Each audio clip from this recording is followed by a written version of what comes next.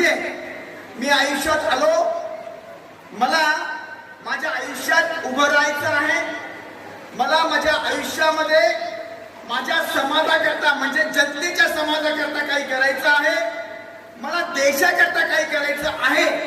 आणि असं सर्व करताना माझ्या हाताने जे काही होईल ती माझ्या राज्याला आणि देशाला अर्पण करून देशाचं नाव उंचावेल असं मी काम करेल.